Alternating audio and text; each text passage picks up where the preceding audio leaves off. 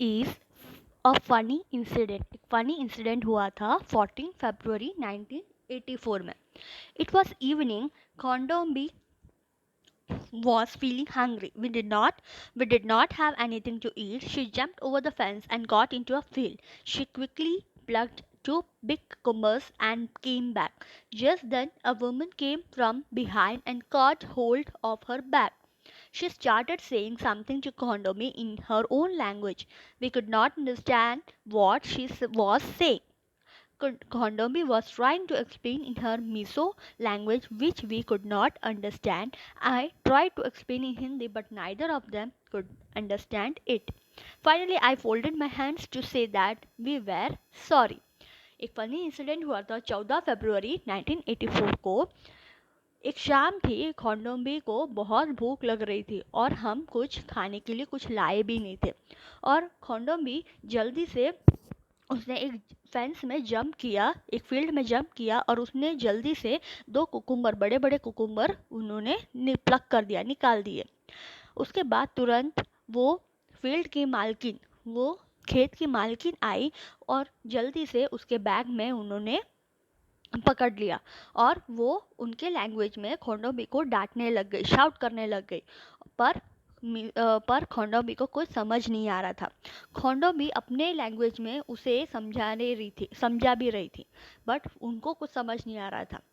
But फिर Sangeeta madam ने हिंदी में समझाया, बट दोनों में से किसी को भी कुछ पता चल नहीं रहा था. फाइनली उन्होंने अपना हाथ फोल्ड करके कहा, हम माफ़ी चाहते हैं. By then, our group had gone far ahead. It was already dark. I thought we had lost our way. Now we were really scared. We could not see anything even with our torches. I started sweating even though with it was cold. I tightly held Kondobi's hand. I called out loudly, "Where are you all? Can you hear me?" My voice echoed in the mountains. We both started to whistle loudly and flashed our torches. Probably the group had noticed that we were missing. We heard some whistles at a distance. I understood the signal. We held each other's hand tightly and waited. Kondomi felt that we should keep talking. She started singing his song loudly. After some time, we saw them coming towards us. We saw them coming towards us. At last, we were with the group. Okay, क्या कह रहे हैं यहाँ पे? उसके बाद हमारा group जो है वो हमसे बहुत दूर चली गई थी.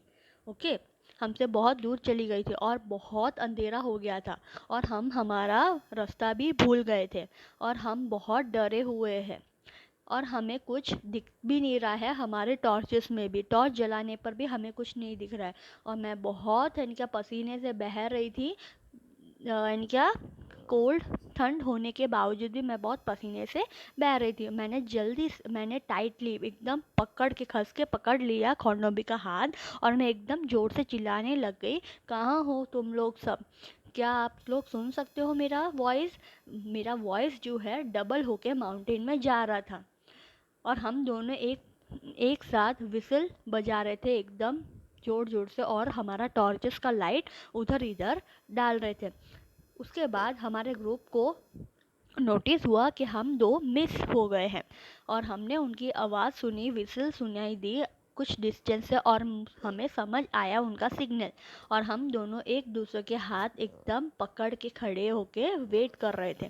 खोंडोबी को ऐसा लग रहा था हमें हमारी बातें कंटिन्यू करनी चाहिए और खोंडोबी अपने लैंग्वेज में मिसो सॉन्ग गा रही थी ज़ोर ज़ोर से. उसके कुछ देर बाद हमने उनको हमारे पास आते हुए देखा, ग्रुप लोगों को हमारे पास आते हुए देखा. एट लास्ट फाइनली हम हमारे ग्रुप के साथ वापस जुड़ गए. ठीक है, क्लियर?